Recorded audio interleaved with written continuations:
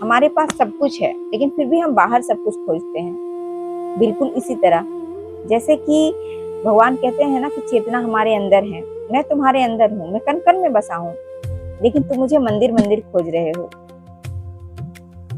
मंदिर में भगवान की ऊर्जा होती है, भगवान की शक्ति भी होती है, परंतु आप उससे तभी जुड़ पाते हैं जब आप उनके जैसे बन जाते हैं। जब तक आप उनके आदर्शों पे नहीं चलेंगे, आप उनसे नहीं जुड़ सकते।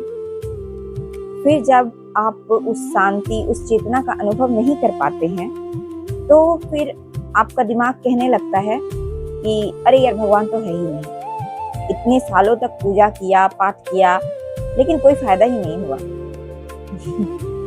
क्यों फायदा नहीं हुआ? क्योंकि आपने उनके आदर्शों को अपनाया ही नहीं। उन्होंने जैसा कर्म करने को कहा वैसा आपने किया ही नहीं। अगर आप उनके बताए गए रास्ते पर चलते तो आप जहां हैं वहीं आपको उनका अनुभव होता। बाकी आप कितना भी चढ़ावा चढ़ाइए, चाहे फिर कुछ भी कर लीजिए, दान पुण्य कुछ भी कर लीजिए, लेकिन अगर आप उसके साथ साथ उनके कहे गए मार्ग पे नहीं चलते हैं, उनकी बताए गए धर्म का पालन नहीं करते हैं, तो फिर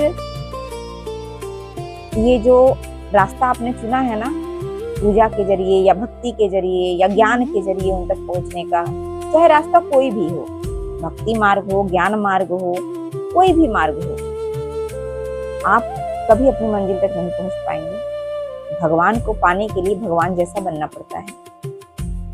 जय श्री कृष्ण, राधे राधे।